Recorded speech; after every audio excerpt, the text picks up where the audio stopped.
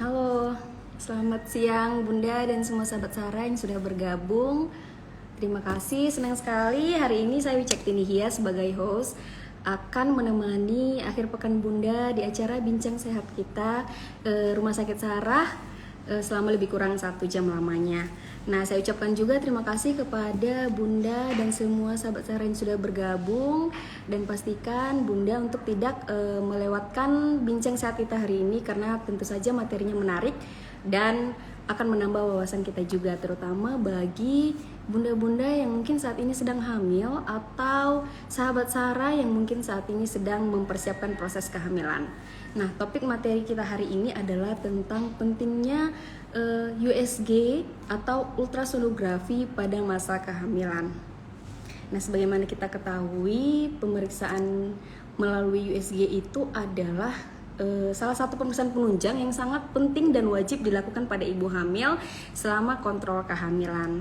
Nah, nanti tentu saja saya tidak akan sendiri karena saya akan bersama dengan dokter spesialis obstetri dan ginekologi, yaitu yang berpraktik di Rumah Sakit Sarah, yaitu bersama dengan Dr. Milvan Hadi SPOG. Nah, beliau juga merupakan salah satu dokter obgyn di Kota Medan yang mempunyai kompetensi untuk melakukan screening, deteksi, dan diagnosis kelainan pada janin dan ibu melalui pemeriksaan USG feto maternal. Nah, sembari menunggu dokter, kita bisa diundang kali ya dokternya ya.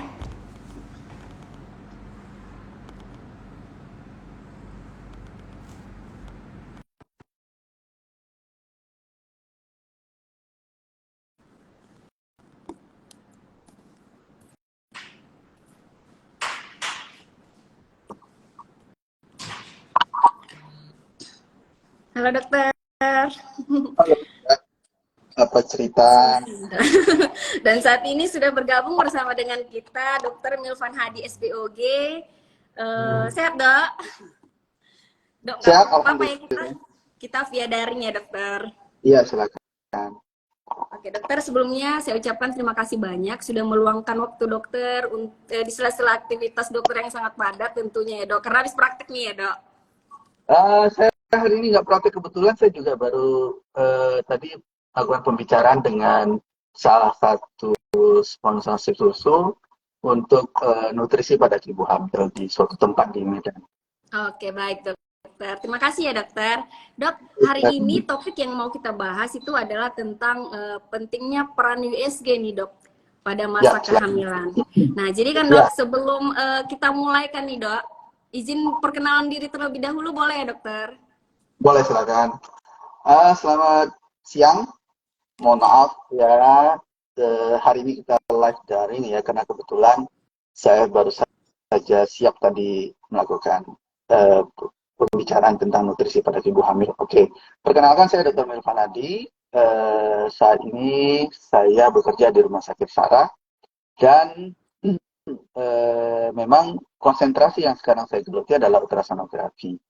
Memang sih begitu, mungkin semua ibu hamil akan tahu tuh, oh semua orang ibu hamil akan tahu kalau hamil pasti USG, kalau hamil pasti USG.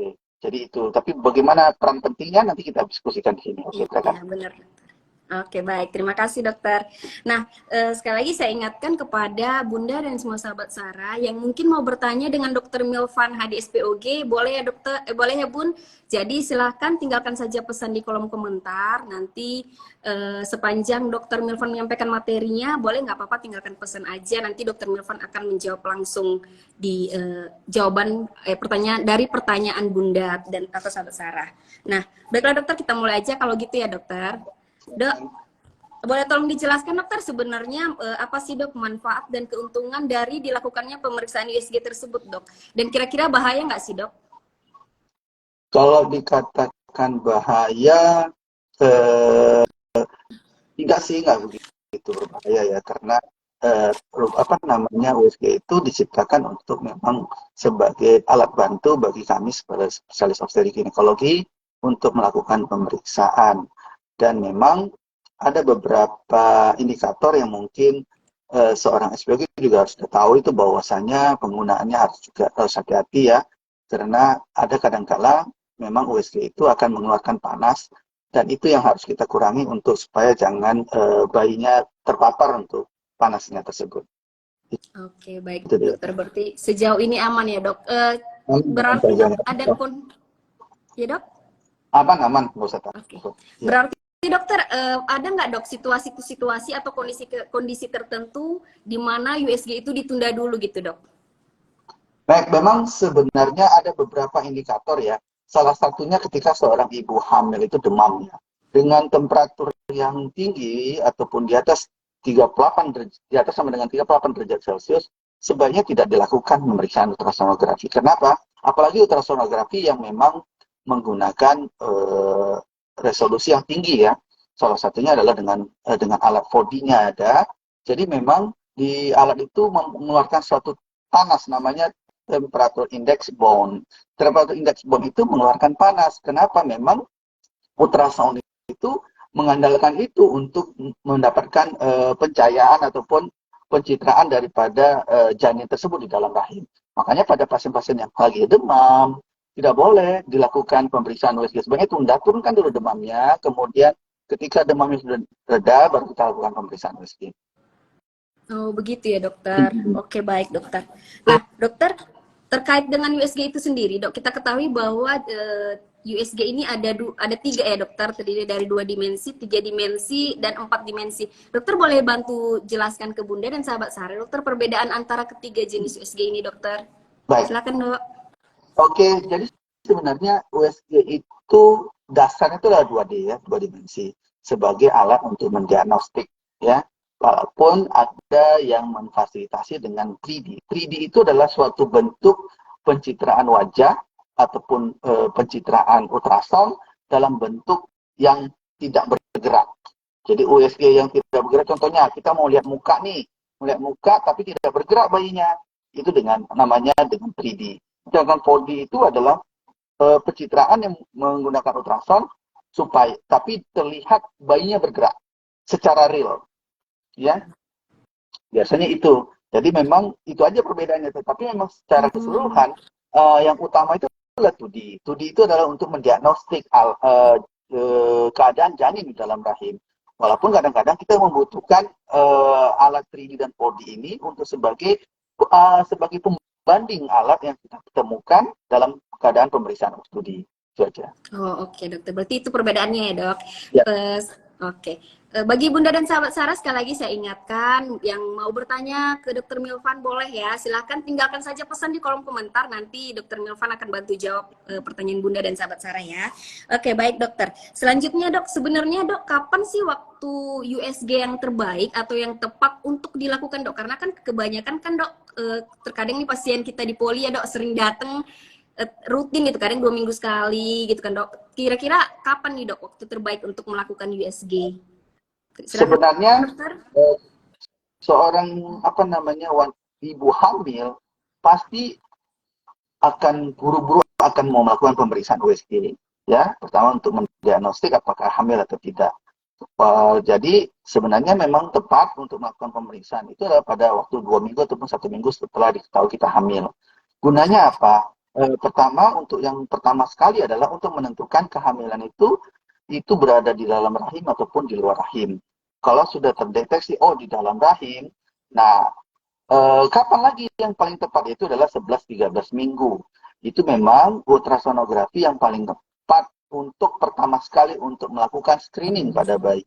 Apa yang akan kita lihat di situ adalah pertama penentuan daripada usia kehamilan dan menentukan tanggal taksiran persalinan.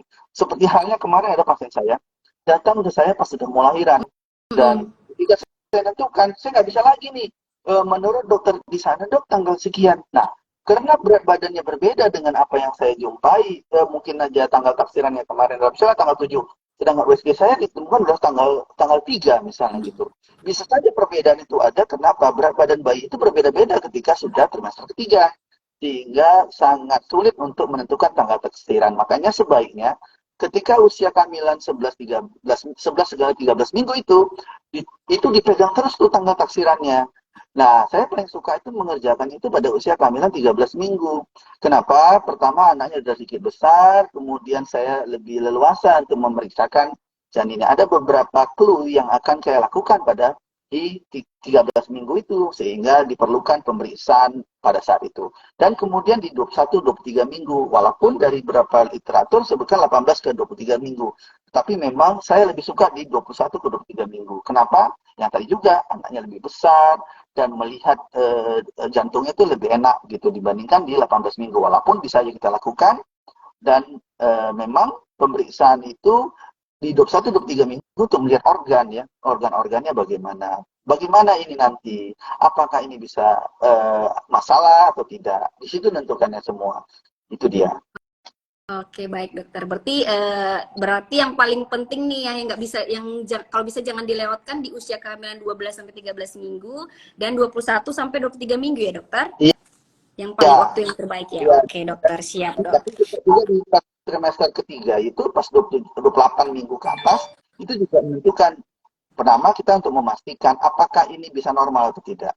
Bagaimana berat badan bayinya, bagaimana letak plasentanya, bagaimana dengan air ketubannya, dan bagaimana aliran darah bayinya. Kalau memang semuanya cukup, artinya aman. Gitu ya. Oke, baik dokter. Berarti ada 3 waktu penting ya dokter. Saya ulangi kembali ya dok, di usia kehamilan 12 sampai 13 minggu, 21 sampai 23 minggu, dan di 28 minggu ke atas ya dokter. Oke, jadi begitu ya Bunda, itu adalah waktu-waktu terbaik yang kalau bisa jangan dilewatkan untuk kontrol atau USG ke dokter obgynnya. Oke dokter, kemudian sorry dok. Oke, dokter, kemudian banyak nih dari pasien kita ingin tahu jenis kelamin dok. Jenis kelamin, penentuan jenis kelaminnya itu baiknya diketahui di usia kehamilan berapa minggu ya dokter?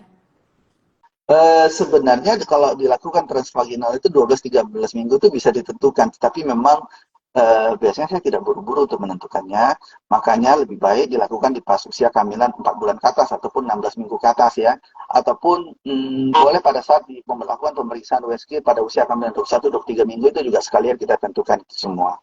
Jadi memang jenis kelamin itu bukan hanya untuk jenis kelamin, yang kita lihat adalah apakah ada kelainan pada jenis kelaminnya. Ya, salah satunya seperti hidrokel ataupun bagaimana bentuk daripada organ jenis kelaminnya itu juga ditentukan di situ. Oke, berarti sekalian lah ya dok ya di situ ya, screening sekalian tahu jenis kelamin gitu ya dokter. Oke. Terus dok, nah ini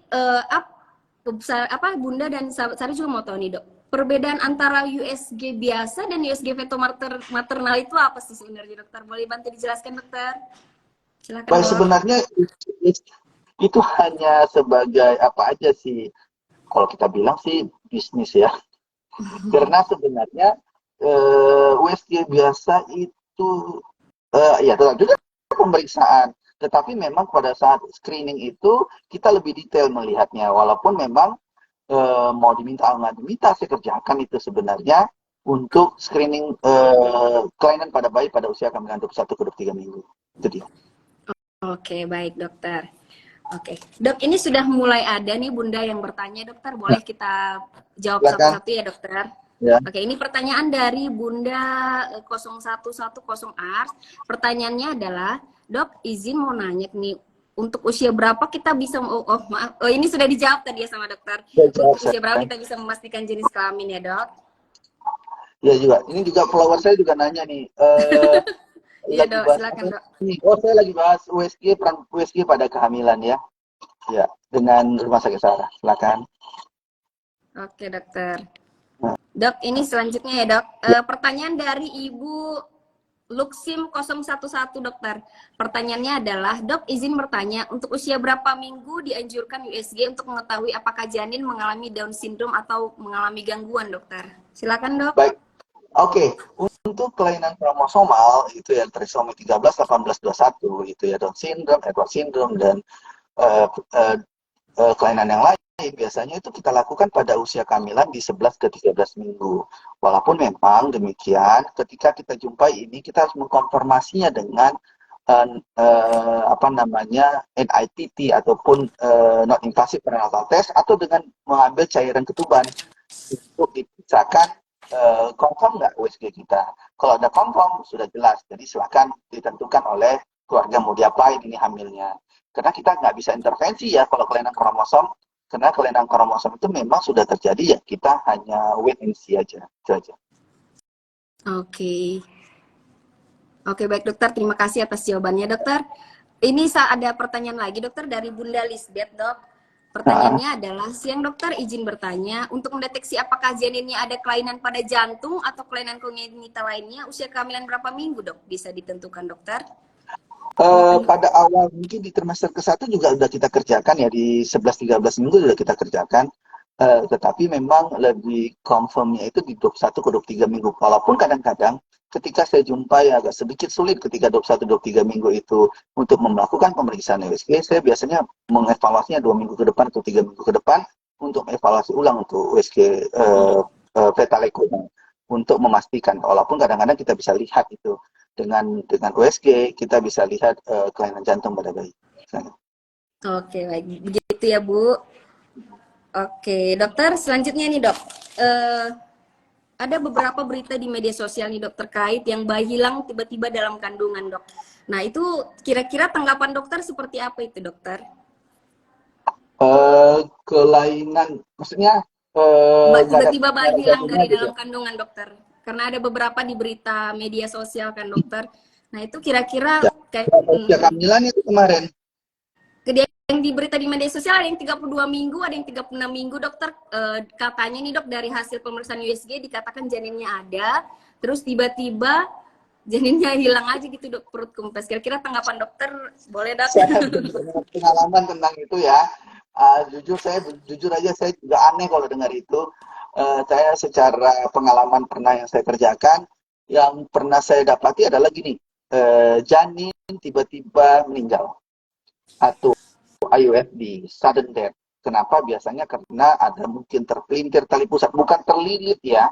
Beda terlilit dengan terpelintir ya.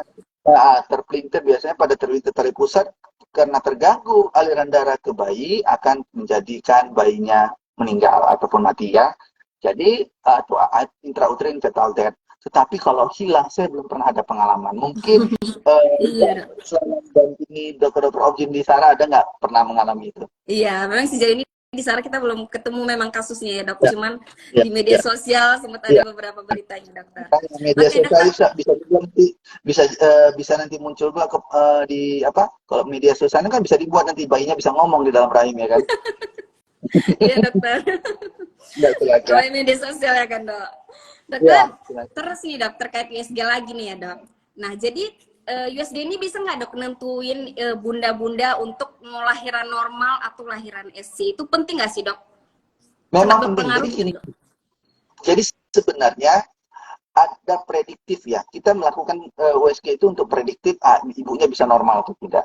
Salah satunya dengan melakukan pemeriksaan turunnya kepala dengan mengukur sudut pelvis ya, sudut daripada panggul atas ya, pelvis itu dengan turunnya kepala. Walaupun demikian, ada lagi namanya intrapartum ultrasonografi. Intrapartum itu dinilai ketika seorang ibu dalam kondisi persalinan, kita bisa memprediksi ini kepalanya akan bisa lahir secara normal. Sebenarnya itu aja sih. Tapi kalau memastikannya pasti juga karena secara umum persalinan normal itu ditentukan ada 3 hal ya, yaitu pertama tenaga yang dikeluarkan, kemudian jalan lahir, kemudian bayinya itu sendiri. Nah, makanya tetap keputusan itu melahirkan normal atau tidak itu bukan saat lagi pemeriksaan USG, sebaiknya dilakukan pada saat persalinan. Ya, walaupun ada beberapa pasien itu ingin, oh dok saya operasi aja lah. Kenapa mau operasi? Saya nggak mau sakit. Emang operasi nggak sakit? Nah, karena sekarang kalau kita kan, apalagi di rumah sakit Sarah kan, kita punya painless labor ya. Iya, itu ada jagonya tuh, ada bagian konsultan painnya kita, Dokter Boyke itu ya. Jadi, iya, dokter, benar. Saya kalau misalnya lagi menolong persalinan, itu dia.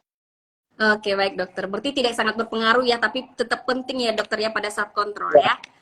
Oke, dokter, ini ada pertanyaan lagi nih dok dari Bunda Erni Daus nih dok. Pertanyaannya, baiknya kalau sudah berapa bulan baru boleh USG? Mungkin ini kasusnya ketika sudah tahu tes pack positif gitu dok. Nah, ketika sudah tahu tes pack positif, baiknya dianjurkan untuk USG itu pada saat kapan ya dok? Silakan dok. Biasanya kalau memang yakin dengan height terakhir, kemudian test pack-nya positif, datang aja 2-3 hari ataupun seminggu. Jadi kita menentukan kalau memang nanti kita tidak tampak kehamilan di dalam rahim, kita bisa ulang 2 minggu ataupun 10 hari, kemudian atau digabungkan dengan pemeriksaan darah, beta HCG namanya. Kita di situ kita nilai, kalau ternyata beta HCG tinggi, kemudian kita ulang USG nggak nampak juga, kita kan berarti kemungkinan ada kehamilan di luar rahim. Oke, baik begitu ya Bunda. Bunda Erni Daus nih tadi ya dokter, pertanyaan dari Bunda Erni Ya, Daus nih. silakan. Oke, selanjutnya dokter, pada usia kehamilan berapa minggu nih ya dok? Kira-kira untuk kita bisa mengetahui denyut jantung janin harusnya memang sudah harus ada gitu dokter. Ya, saya melakukan itu adalah untuk menentukan di atas 5 minggu ya. Di atas 5 minggu harus ada wajib janinnya, ada jantungnya. Tapi memang saya tidak menyarankan untuk mendengarkan jantungnya sebelum 4 bulan ya. Kenapa? Ketika kita mendengarkan jantung bayi itu, panas akan keluar dari alat USG tersebut. Jadi saya harapkan untuk tidak mendengarkan jantung bayi sebelum dia 4 bulan. Itu saja. Oke, berarti di atas 4 bulan ya dokter ya, Ya, atau ya. di atas 16 minggu ya dok? Oke, baik. Sekali lagi saya ingatkan kepada Bunda yang mau bertanya silakan gak usah sungkan, silakan tinggalkan saja pesan di kolom komen, nanti dokter Milvan akan bantu menjawab ya Bunda. Nah, selanjutnya nih dok, ada pertanyaan lagi nih dari Bunda Zairina Lop dok. Apakah bisa dideteksi janin yang ini dokter maaf, apakah bisa dideteksi apakah bayi atau Bisa. janin mengalami autisme dokter? Baik. Jadi memang autis itu bukan adalah kelainan secara fisik, tapi secara psikologis namanya ya. Jadi ada gangguan di daerah psikisnya atau apa namanya, dia merasa hidupnya hidup sendiri. Jadi secara ultrasonografi tidak bisa ditentukan ya. Jadi memang harusnya bila bila ingin autis itu biasanya dinilai di 5 tahun pertama kelahirannya. Kalau di situ dilihat, pertama sekali dilihat gini, biasanya tatap aja mukanya. Tatap aja mukanya, ketika tatap mukanya, matanya dia akan mengalihkan matanya dan terus tidak mau menatap kita, itu mengarah ke sana ya. Tapi memang itu diagnostiknya oleh dokter anak ya. Kalau secara ultrasonografi sulit untuk menentukannya. Sampai saat ini saya belum jumpai caranya. Oke dokter. Berarti kalau dari pemeriksaan USG belum bisa ditentukan ya dok ya? Janin ini Iya, mengarah ke autisme nggak bisa ya dokter ya? ya, Oke ya. baik dokter. Dok ini nih masih ada pertanyaan lagi dari Ibu Lisbeth. Pertanyaannya adalah dokter, bila anak pertama datang dengan kelainan jantung, kemudian ingin hamil lagi nih dok, pemeriksaan apa lagi yang bisa dilakukan supaya kehamilan yang akan datang tidak cacat anaknya dok? Kalau Silakan tidak dokter. cacat itu, kalau cacat itu biasanya kan apakah kita tentukan apakah kromosom atau infeksi ya sebenarnya. Jadi kalau memang kromosomal itu biasanya kita usahakan pada ibu yang ingin hamil mengkonsumsi asam folat. Biasanya saya berikan 4 mg dulu terlebih dahulu selama 1 bulan, kemudian baru kita pantau dan kita maintain dengan asam folat sampai dia hamil. Jadi memang apakah bisa, pertanyaan mungkin akan disambung, apakah mungkin seorang ibu hamil dengan kondisi janinnya itu kelainan jantung akan mendapatkan anak yang kelainan jantung lagi? Iya, saya setuju. Saya setuju sekali itu. Jadi memang sekitar 30-40% seorang yang pernah bayinya pernah kelainan jantung akan mendapatkan kelainan jantung lagi. Sekitar 30-40%. Itu dia. Gitu ya dok ya. Berarti tapi Ya, dari hasil pemeriksaan USG itu berarti kelihatan ya dok ya? ya seharusnya demikian. Oke baik, baik dokter. Oke dok, ini ada pertanyaan lagi dari sebentar ya dokter. Ini, nah ini dokter dari Ibu Desinta Utami Selain dokter. Siang dok, mau bertanya, sebaiknya berapa kali melahirkan kalau secara SC dok? Dan berapa lama jarak antara kehamilan yang pertama dengan yang kedua dok? Berarti ini cerita tentang previous SC dokter. Silakan Ya, dok. jadi dari pengalaman saya, tadi pagi saya ada operasi tuh, anak keempat. Artinya, sampai saat ini dari pengalaman saya, apabila dilakukan secara baik dan penanganannya bagus, saya punya pengalaman 5 kali operasi, operasinya 5 kali untuk melahirkan. Walaupun memang sebaiknya jaraknya lumayan jauh ya, tapi biasanya sering-sering terjadi itu gini, anak pertama itu lahir, kemudian 6 bulan kemudian dia hamil. Sebenarnya itu biasa, nggak apa-apa pada pasien-pasien yang bekas operasi. Tapi kalau biasanya anak ketiga itu jarang sekali. Mereka udah kapok gitu biasanya, dan akan menunda kehamilannya lebih lama. Memang sih sebenarnya jarak itu adalah untuk menentukan, misal gini, anak pertama operasi, kemudian dia ada rencana itu anak kedua untuk melahirkan secara normal. Jadi namanya vaginal birth after cesarean namanya. Nah itu sebaiknya jarak itu 2 tahun ya. Setelah 2 tahun, kemudian baru bisa dengan secara dicoba untuk vaginal birth after cesarean itu melahirkan normal. Tapi kalau memang untuk operasi lagi, ya udah 6 bulan boleh hamil silakan, tapi operasi lagi ya. Iya benar. Berarti yang artinya dalam 2 tahun, dalam 2 tahun itu baru hamil kembali ya dokter ya, iya, gitu ya. Baru bisa kita lahirkan secara normal gitu ya dok. Iya, untuk yang baru pertama kali operasi ya, kalau kedua nggak bisa lagi ya. Oke, baik begitu ya Ibu Desinta Utami selain ya. Oke, baik dok, ini ada pertanyaan lagi nih dok dari Ibu Tika Silain. Izin bertanya dok, apakah bisa atau ada USG untuk mempersiapkan kehamilan agar menghindari atau mengetahui secara dini apakah ada kelainan atau tidak nanti janinnya dokter? Maksudnya gimana? Kira-kira bisa nggak dok dari USG ini untuk mempersiapkan kehamilan, persiapan untuk ibunya dok, untuk mengetahui secara dini nantinya janinnya ada kelainan atau tidak dokter? Hampir mirip dengan pertanyaan tadi yang satu dok. Kalau belum hamil saya nggak bisa gitu loh. Tapi namanya preconceptional care itu ataupun persiapan untuk kehamilan itu ada, tapi bukan dengan melakukan pemeriksaan USG. Pemeriksaan USG sebelum hamil kita hanya bisa melihat bagaimana kondisi rahim, bagaimana kondisi ovariumnya, bagaimana di sekitar rahimnya ada masalah tidak. Biasanya untuk melihat kesuburan bayi rahim itu, kita akan melihat banyaknya aliran Doppler, aliran darah di daerah rahim. Kemudian kita ukur nanti dinding rahimnya. Kemudian bagaimana bentuk rahimnya? Normalkah dia ataukah dia ada yang bercabang ya? Bercabang rahimnya ataukah 2 rahimnya, itu juga ditentukan pada saat pada saat di USG dengan transvaginal. Ya, jadi bukan menentukan apakah bisa nanti mencegah. Secara pencegahannya adalah dengan menggunakan pemberian nutrisi yang baik sebelum hamil berikutnya ataupun mau hamilnya. Jadi dipersiapkan dulu keduanya, baik suami dan istri. Iya. Baik dokter. Jadi gitu ya Ibu Tika. Jadi memang harus ada persiapan sebelum hamil. Jadi kalau untuk menentukan janinnya ada kelainan atau tidak belum bisa dari USG. Oh iya dok, terkait tadi nih dok pemeriksaan transvaginal. Kan kalau biasanya tuh dok kalau misalnya di bawah trimester di bawah 12 minggu atau misalnya sudah menikah tetapi belum punya anak, kenapa tuh dok harus transvaginal dok? Soalnya kan beberapa pasien ada juga tuh yang menolak ya dok, maksudnya belum bersedia gitu. Silakan dokter. Sebenarnya kan gini, kita memeriksakan itu untuk apa?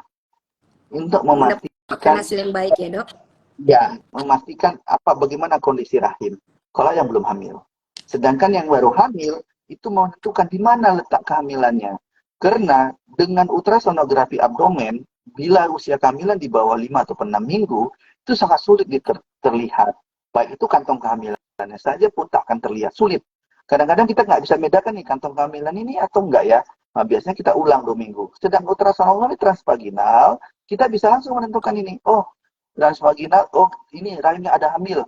Kalau enggak, kita akan lihat ke kiri dan kanan. Akan kita menentukan kecurigaan kita kehamilan di luar rahim.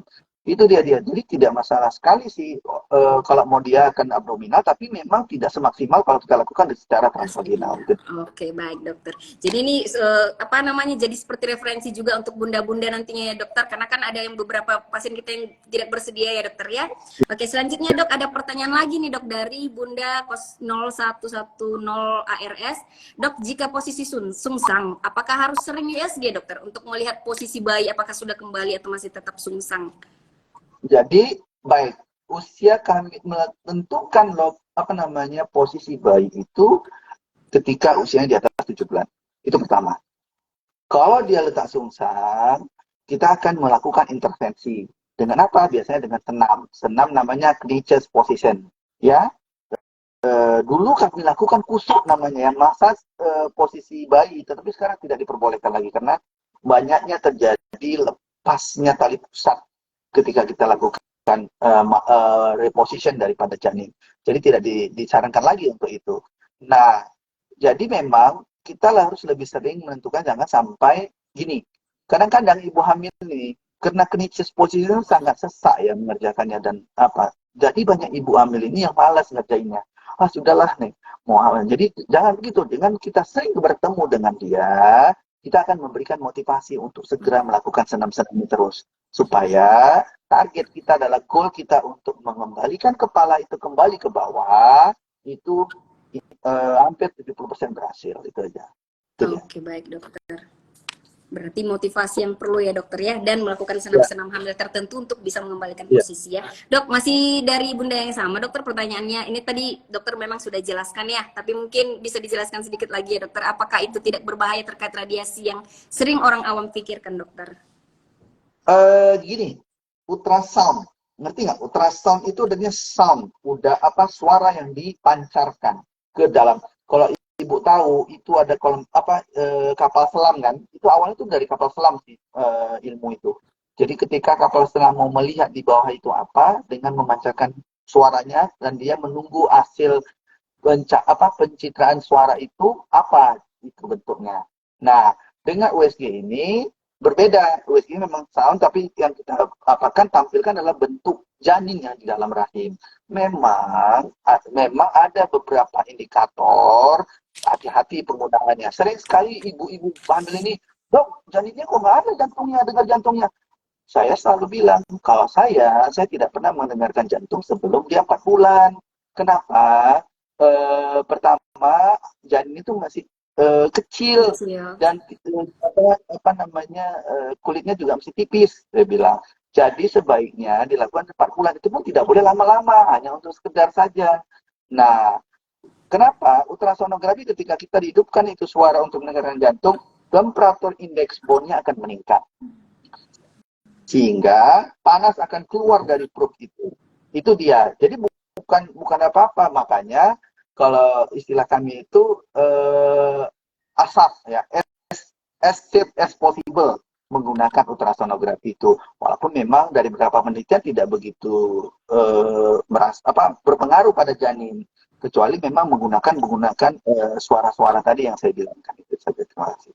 Oke, baik. Jadi begitu ya Ibu Ars ya. Oke dokter, masih semangat ya dok. Masih ada pertanyaan lagi nih dokter dari bunda-bunda.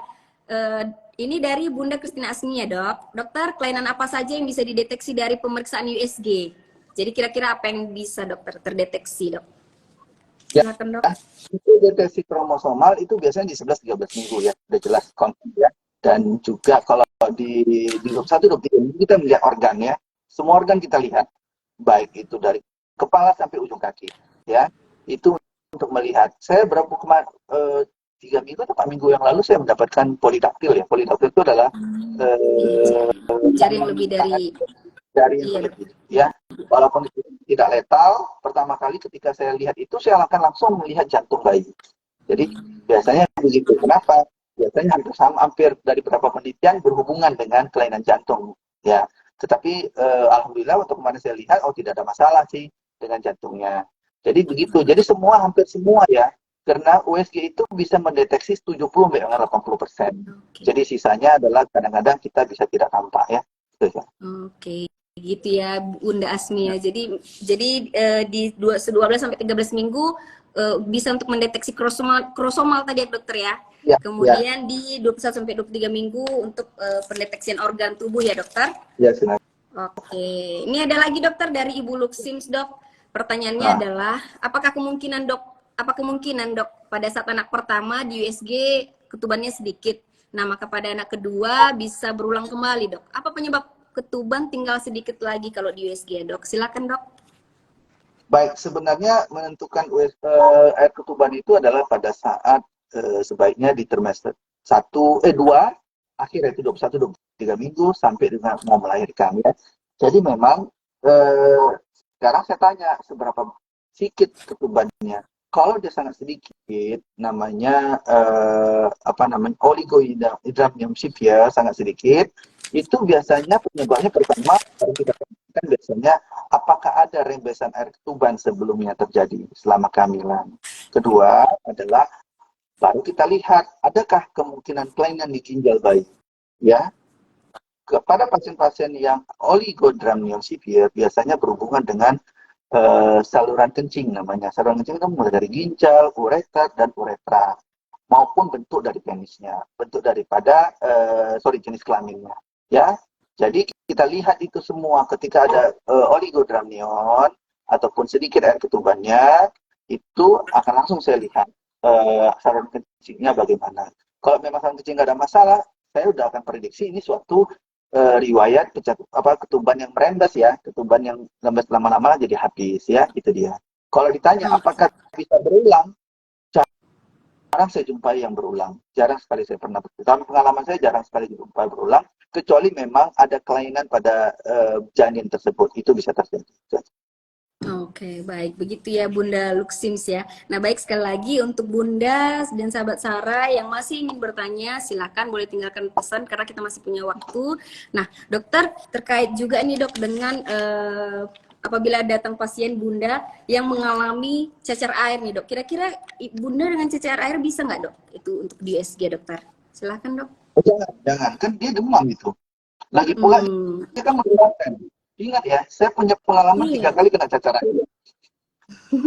Oke dok. Jadi kan keluarga kitanya diisolasi dulu, perbaiki dulu, virusnya juga jangan nanti menular kemana-mana. Itu saja sih. Jadi sebaiknya air, jangan khawatir. Biasanya dokternya akan memberikan obat antiviral dan juga imun ibu, ditingkatkan imun ibu supaya jangan terganggu pada bayi. Itu saja.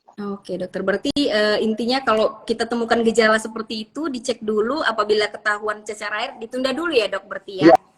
Sebaiknya obat aja dulu ya. Berarti ya. Ya. Oke baik. Oke Bunda yang masih mau bertanya silahkan, atau yang ingin berkonsultasi langsung dengan Dr. Milvan. Dr. Milvan praktik di Rumah Sakit Sahara. Jadwal beliau setiap Senin sampai dengan Kamis pukul 10 sampai pukul 12, kemudian pukul 14 sampai 16, kemudian setiap hari Jumat pukul 14 sampai 16. Terus dok, apalagi nih dok hal-hal penting yang harus bunda-bunda ketahui tentang USG dokter yang pada umumnya terlalu sering dilakukan yang mubazir gitu dokter, atau alias membuang-buang biaya gitu dokter. Kira-kira apalagi ya dok yang bunda perlu perhatikan gitu? Sebenarnya itu hak semua pasien untuk melakukan pemeriksaan USG. Kita tidak bisa menghalangi, tetapi memang ada kadang-kadang itu biasanya terjadi pada kehamilan pertama kali ya. Kalau bisa 3 kali excited ya kan dok? Minggu sekali datang, sebenarnya nggak ada gunanya gitu kan. Nah, tapi kan kita membuat efisiensinya sekarang, efisiensi dan kegunaan pemeriksaannya. Jangan pula pada awal-awal kehamilan dia sering, tetapi hal yang tertentu yang wajib dilakukan tidak datang. Sering sekali pasien-pasien demikian, nggak apa-apa kok, semua nggak apa-apa kok, nggak apa-apa. Akhirnya waktu yang harusnya dilakukan pemeriksaan USG dia tidak datang gitu. Jadi sehingganya sebaiknya lakukanlah pemeriksaan USG, boleh kapan saja, tetapi jangan lewat waktu yang harusnya dilakukan pemeriksaan USG. Oke, tadi waktu yang sudah dokter sebutkan tadi ya dokter ya, di usia 12 sampai 13 minggu, 21 sampai 23 sama di atas 28 minggu ya dokter? Iya, betul. Oke. Baik, dokter, kemudian nih dok, terkait pasien dengan di atas 28 minggu dokter, untuk persiapan proses persalinan. Nah dokter, untuk penentuan pemeriksaan panggul itu dok, kan itu menjadi salah satu ini ya dokter ya, penentuan bisa lahir normal atau seksio gitu dokter. Itu kira-kira bisa dilakukan berapa minggu ya dokter, supaya bunda dan sahabat Sarah di rumah bisa tahu dokter? Silakan dok. Biasanya saya lakukan itu di atas 34 minggu, tapi lebih baik, lebih dekat dengan tanggal taksiran, itu yang dilakukan bisa lebih baik. Karena kita harapkan dengan turunnya kepala, kita bisa menilai panggul, volume dari panggul tersebut memenuhi daripada volume daripada kepala bayi. Ya, jadi baik, dokter.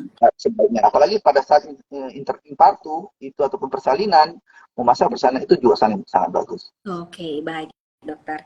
Oke dokter, ini udah ada pertanyaan lagi nih dok, dari Bunda Luxims lagi. Izin bertanya dokter, untuk kehamilan di luar rahim pada usia kehamilan berapa minggu dok? Eh, Pada usia berapa minggu USG diketahui itu dok? Bahwasanya kehamilannya di luar rahim dokter. Silahkan Jadi dok. sebenarnya USG dengan kehamilan di luar rahim itu jarang sekali bertahan sampai dengan 10 ataupun 11 minggu. Jarang sekali. Jadi memang pada saat kita ketahui bahwasanya kita hamil, itu akan lakukan pemeriksaan USG transvaginal ya. USG transvaginal itu untuk menentukan ada nggak kehamilan di dalam rahim. Kalau memang tidak kita jumpai kehamilan dalam rahim, sebaiknya dilakukan pemeriksaan darah beta HCG, kemudian kita confirm dengan pemeriksaan USG ulangan. Kalau dari pemeriksaan USG ulangan juga tidak dijumpai, kemudian kita usahakan mencari di sekitar daripada rahim di manakah berada kehamilan itu. Kalau memang betul confirm kehamilan itu di luar rahim, sebaiknya dilakukan intervensi. Oh gitu ya dok. Dan biasanya gejalanya apa tuh dok? Biar bunda-bunda dan Kalau sahabat-sahabat tahu kami dokter. itu kalau dia belum terganggu belum nampak ya. Ya Hmm. seringkali kalau udah terganggu ya, pecah selalu di mana tempat dia insersi ya, tempat dia nempel Iya. ke janinnya. Karena paling sering itu kehamilan luar rahim itu paling sering itu di tuba namanya, tuba ya Oh. ampulannya. Jadi sebaiknya memang gejala klinisnya itu biasanya ibunya kesakitan seperti kalau ada yang pernah riwayat nyeri haid seperti perutnya diputer kemudian tiba-tiba pingsan. Kenapa? Bisa udah terganggu, udah pecah pecah dia kehamilannya di tuba tersebut sehingga terjadi perdarahan intraabdominal. Itu Oke dia. dokter. Berarti kalau sudah ditemukan gejala nyeri hebat di bagian perut, langsung datang aja untuk konsultasi ya Betul, dokter. Jangan betul, ditahan-tahan betul, ya. Oke, betul. baik dokter. Dok, ini ada pertanyaan lagi nih dok dari Bapak Syarifudin 22. Dok, USG paling awal di berapa minggu dok? Mungkin tadi dokter udah jelasin, boleh diulangi kembali dokter? Eh, jadi kalau untuk yang mengetahui adanya kelainan kromosom itu biasa kita lakukan di 11-13 minggu. Oke, jadi itu jawabannya ya Pak. Jadi baiknya Ya, di 11 sampai 12 minggu ya dok? USG paling ya awal ya? biasa. Ya. Oke, baik. Dokter, ini ada pertanyaan lagi Ibu dari Bunda Dewi Irawan, dokter. Izin dokter, biasanya pada usia kehamilan berapa minggu kita bisa mengetahui anak kita menderita Down syndrome? Oh, tadi sudah dokter jelasin, boleh diulang kembali dokter Di, penjelasannya? di 11-13 minggu ya, tapi saya paling suka di 13 minggu ya. Di usia kehamilan 13 minggu. Biasanya kita mendeteksi sampai 70%. Jadi ketika kita kecurigaan kita terhadap Down syndrome, biasanya kita lakukan pemeriksaan NIPT untuk melihat konfirmasi kelainan pada bayi. Oke, baik dokter. Berarti sama juga ya dok, di usia 12-13 minggu ya dok untuk penentuannya ya. Oke, baik. Apakah masih ada lagi pertanyaan dari bunda-bunda untuk dokter Milvan SPOG? Sekali lagi kalau misalnya masih ada, kita masih punya waktu sekitar 15 menit lagi untuk dokter Milvan bantu jawab pertanyaan dari bunda. Sekali lagi saya ingatkan, dokter Milvan berpraktik di Rumah Sakit Saras setiap hari Senin sampai Kamis pukul 10 sampai 12 dan pukul 14 sampai 16 dan setiap hari Jumat pukul 14 sampai 16. Nah, kalau misalnya udah nggak ada lagi, mungkin kita bakal akhiri sesi bincang-bincang sehat kita dengan dokter Milvan. Kita tunggu waktunya kira-kira 5 menit lagi ya Bunda. Nah, oke. Dokter, Ya, terus dok enggak? Terus nih dok, apalagi ya dok yang penting tentang USG nih dok yang perlu bunda-bunda ketahui, mungkin ada yang bisa dokter sharekan tentang, apalagi dokter nih kan salah satu dokter obgyn di Kota Medan yang menjadi salah satu ahli atau sonografer di bagian USG fetal materna. Mungkin boleh di share dokter, apalagi hal-hal penting dok sembari menunggu bunda, mungkin masih ada pertanyaan. sebenarnya ultrasonografi itu simpel saja sih ya.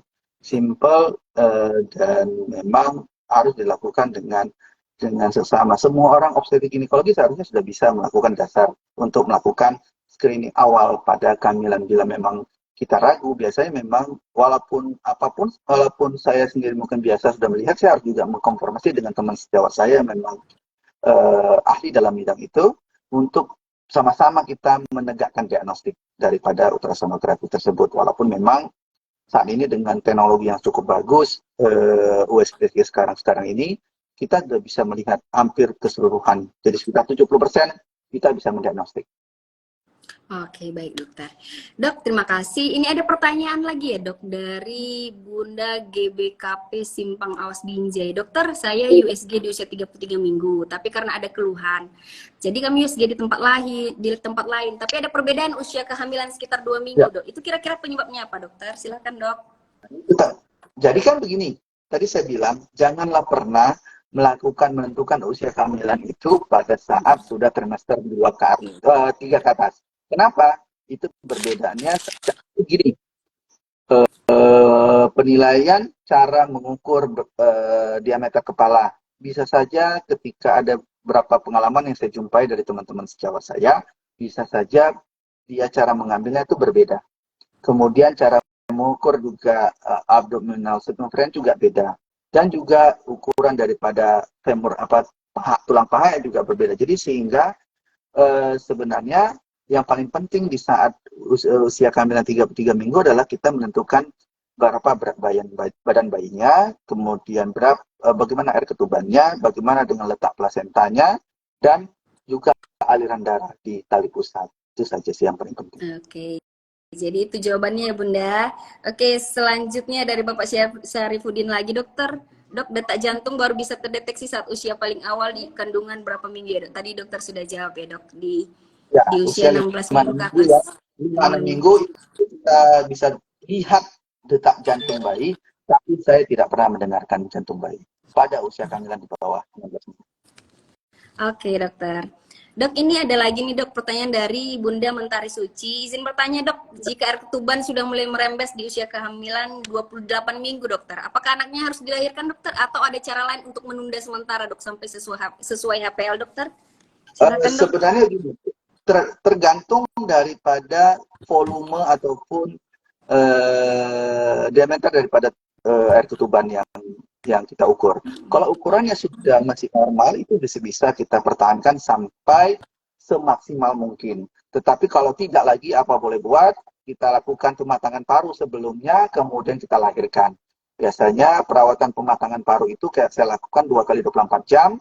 Habis itu setelah selesai, kita nilai lagi. Kalau masih bagus air ketubannya, kita akan pertahankan sampai usia kehamilannya mendekati APL.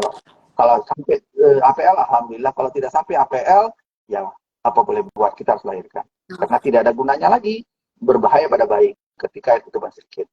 Oke, berarti tergantung dari kondisi bundanya ya Bun. Jadi nanti di rumah sakit kita observasi dulu ya dok, pantau ketat. Nanti kalau baru dilihat oleh dokternya ya. Kemudian ini dari Bunda Julianti ya dok. Dokter, apa bisa dari USG terdeteksi PE? Dan kalau sudah terdeteksi, apa yang harus dilakukan oleh ibu hamil untuk mencegah PE terjadi sampai proses kelahiran nanti dokter? Silakan dok. Yang kita lakukan adalah bukan menentukan itu PE atau tidak. Ya adalah, tapi kita menentukan prediktif akan terjadinya preeklamsi. Biasanya kita akan lakukan penanganan pertama dengan pemeriksaan ultrasonografi atriuterina kita lakukan. Kita nilai adanya notching atau tidak. Kalau ada notching, kemungkinan arah ke preeklamsi. Apakah kita biarkan? Tidak. Kita lakukan penanganan. Biasanya saya berikan beberapa treatment untuk harapan saya sih, kalau masih jauh, misalnya usia 20 minggu atau 21 minggu, masih mudah kita melakukan preventive treatment namanya ya. Jadi supaya bila pun terjadi nanti preeklamsi pada saat tertentu di usia kehamilan nanti, tidak separah ketika tidak dicegah sama sekali. Itu saja. Oke, baik. Jadi lebih ke arah preventif ya dokter ya? Ya. Oke, siap dok. Dokter, satu pertanyaan lagi ya dok. Ini ya dok, mungkin menjadi pertanyaan terakhir ya dokter. Dok, Ya, benar nggak kalau USG lebih baik sebelumnya menahan buang air kecil agar USG lebih jelas? Boleh dijelaskan dokter? Oke, biasanya itu dilakukan ketika dilakukan pemeriksaan USG dari abdominal ataupun perut ya. Kadang-kadang ada pasien yang nggak mau lakukan pemeriksaan USG transvaginal. Biasanya kami tatapan dulu tuh biasanya. Biasanya kita tengok mukanya dulu, terus dia bilang, nggak mau lah dok, nggak mau lah dok. Ya udah. Jadi biasanya saya suruh dulu minum banyak sampai kandung kemihnya berisi sebagai media saya untuk melakukan pemeriksaan USG untuk melihat uterusnya ataupun rahimnya. Tapi sekarang dengan teknologi transvaginal itu tidak perlu, malah saya suruh kosongkan tuh kandung kemihnya. Kenapa? Kalau transvaginal, kalau kita periksa dengan kandung kemih penuh, akan sulit untuk melihatnya. Jadi sebaiknya kosong. Jadi sekarang itu tidak lagi diperlukan untuk menahan kencing pada pasien-pasien kalau pemeriksaan USG secara transvaginal. Transvaginal. Iya, malah lebih dianjurkan buang air kecil ya dok kalau transvaginal ya. Ya. Oke, baik. Mungkin itu menjadi Oke, maaf dok. Satu lagi boleh ya dokter? Masih bisa ya dok? Pertanyaan dari Ibu Tika lain nih dok. Dokter, jika anak pertama terdapat kelainan, anak kedua normal, lalu anak ketiga ada kelainan lagi nih dok. Apakah anak selanjutnya bisa kelainan lagi dok? Apalagi dengan riwayat ayah dan ibu kawin berpariban? Silakan dokter. Ya, kemungkinan itu sangat bisa ya, apalagi satu genetik ya. Satu genetik itu sangat rentan terjadinya kelainan pada bayi. Jadi memang tidak disarankan ya untuk ibu-ibu yang segenetik itu untuk kawin. Mohon maaf ya, bukan saya melarang. Tapi kalau memang udah jatuh cinta sekali, apa boleh buat kita kan? Dan si ibu harus minum asam folat sedini mungkin supaya nanti kehamilan tidak terjadi yang tidak diinginkan. Ya. Oke, dok. Kira-kira solusinya apa nih, dok? Bundanya nanya tuh, dok. Apakah dia nggak boleh hamil lagi? Nutrisi tadi ya, dok, sama vitamin aja ya, dok? Iya, kita kasihkan asam folat dosis tinggi pertama kali, habis itu baru kita maintain asam folat sampai dia hamil. Oke, dok. Dok, ternyata masih ada pertanyaan lagi nih ya, dok. Oke, masih bisa lah ya, dok. Dari Bapak Syarifudin, dok, maaf nanya lagi. Jadi kemarin, ini mau curhat sedikit nih, dok. Jadi kemarin istri saya usia kandungan 9 bulan. Saya USG pertama kali, langsung dibilang dokter pertama, bayinya sudah meninggal, dok. Tidak ada denyut jantung. Kemudian karena saya ragu, istri saya tidak ada keluhan apapun dan rasa sakit apapun. Nah, itu kenapa bisa begitu ya, dok? Mungkin itu kali maksud pertanyaannya, dok. Silakan, dok. Kandungan, jadi kemarin istri saya usia kandungan 9 bulan, saya USG pertama kan langsung dibilang dokter pertama, bayinya sudah meninggal. Ya, bisa saja. Kalau itu memang bisa saja terjadi. Yang seperti yang saya bilang tadi, paling sering itu adalah terjadinya terpelintirnya tali pusat ya. Bila terpelintir tali pusat bisa menyebabkan gangguan transportasi oksigen ke bayi sehingga bayinya akan bisa meninggal. Gitu ya, dok. Mungkin bisa dijelaskan sedikit, dokter, kira-kira penyebab tali pusat terpelintir itu apa ya, dokter? Supaya Bapak Syarifudin bisa lebih paham ya, dok. Penyebabnya itu sampai sekarang nggak diketahui karena juga jarang sekali. Biasanya kalau kebetulan, kadang-kadang saya melakukan pemeriksaan itu secara kebetulan yang saya jumpai. Misalnya saya lakukan pemeriksaan USG secara rutin pas usia kehamilan 34-35 minggu. Kemarin ada pasien saya itu 31 atau 32 minggu lupa saya udah lahir sih. Jadi saya lihat beda antara aliran darah tali pusat dekat plasenta dengan dekat bayinya. Biasanya saya ambil 2 tempat. Nah, saya cari itu sampai dapat. Nggak dapat juga. Tapi ketika saya periksa itu atri umbilikalisnya di daerah bayi, itu udah menunjukkan namanya absent end diastolic. Absent end diastolic itu terjadi resistensi. Sehingga yang kita takutkan ketika dia akan reverse. Nah, pada usia kehamilan 31 minggu sudah muncul reverse-nya, sudah muncul aliran darah balik ke bawahnya. Apa boleh pula saya bilang sama ibunya, ibu ini harus saya lahirkan. Nggak ada cerita. Daripada mati dia, saya bilang. Nah, akhirnya alhamdulillah anaknya sudah keluar, bayinya itu selama 2 bulan di rumah sakit, ya lumayan sih ya, dengan biaya yang sangat mahal, ya, dan bayinya sekarang sehat-sehat selalu. Oh gitu ya, dok. Jadi ada pemeriksaan yang lebih apalagi ya, dok, lebih intensif ya, dok.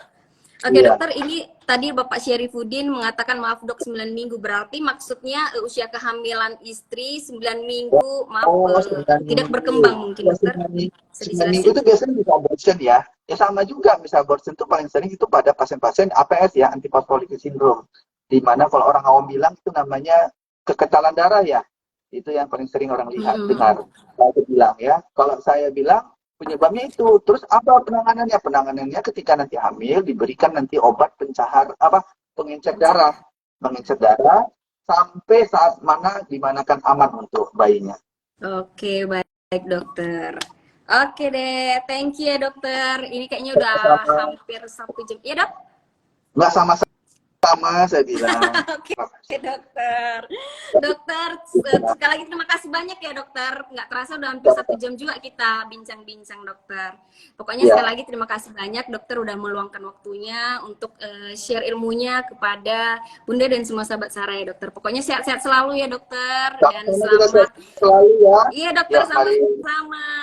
Ya, mari. Selamat berakhir pekan ya dok. Terima Mari. kasih.